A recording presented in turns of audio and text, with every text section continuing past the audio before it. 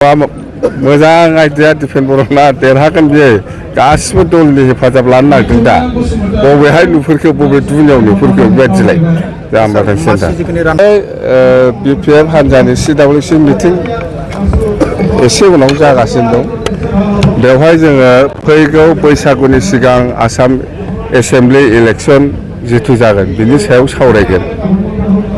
सावरायनानै सिद्धान्त लागोन आरो जोङो जायफोर गेलेनो गोसो बिथांमोनहा दरखास्त बा एप्लिकेसन होनो हागोन होननानै जोङो जोंनि गेजेराव सावरायलायनाय जागोन बेखौ मालानिफ्राय होनो हागोन बेनि दिन थारिखखौ दिनै थिग खालामगोन आरो जोंना खोथाया जाहैबाय NDA हिसाबै BTC ओनसोलाव 15टा सिट दङ NDA हिसाबै 15टाखौबो दिसपुराव लानानै थांनांगौ बे जोंनि थांखि आरो 126टायाव NDA इलेक्सन गेलेगोन 126टा सिट दं आसामाव बे हिसाबै NDA हिसाबै जों गेलेगोन जोंना जाहैबाय जेनेबा 4टा 5टा 10टा नङा जोङो NDA हिसाबै 15टाखौबो दिसपुराव लानानै थांगोन बास सार एबसुनि आफादगिरि दिपेन बर'आ बयबो हान्जाया मदद होयोब्ला राजखान्थियाव फैनायनि बाथ्राखौ एसे इंगित होनो बेखौ नोंसोर मिथिगौना मिथिया माने सोरखौ जाम्बा खालामनो नागिरदों बोलाय बबे दुनियाव नुखो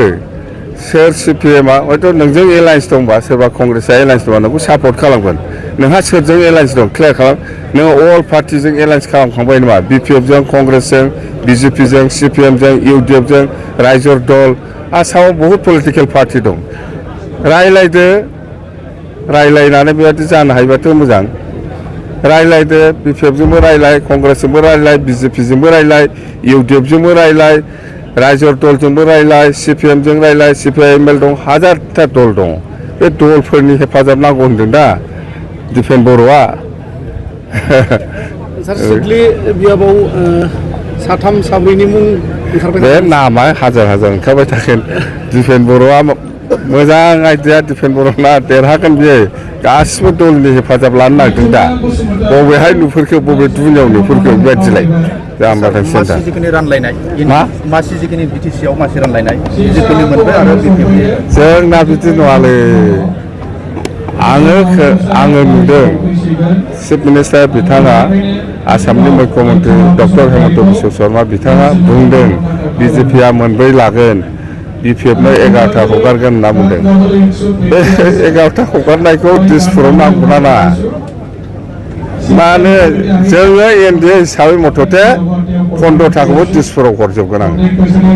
बास 13 तारिखआव भारतनि गाहाय मन्थ्रि बिकास भारतनि प्रधान मन्त्रि नरेन्द्र मदि दाङ'रिया बिथाङा फैगासिनो दङ जोंनि BTC रायजोफ्रा बिराद मोनसे आसायै दङ माबा मोनसे मोनगोन होननानै आरो जोङो BTC जेसेबां जाथि जनगोष्ठी दङ बयबो जयैनो बरायनो लाहार फाहार खालामगासिनो दं जेसेबां जाथि जनगोष्ठी दं जोङो बयबो जयैनो बरायगोन आरो जोंहा मोनसे दासिमबो आसा दङ भारतनि गाहाय मन्थ्रि प्रधान मन्थ्रिया निश्चय BTC रायजोफोरनि थाखाय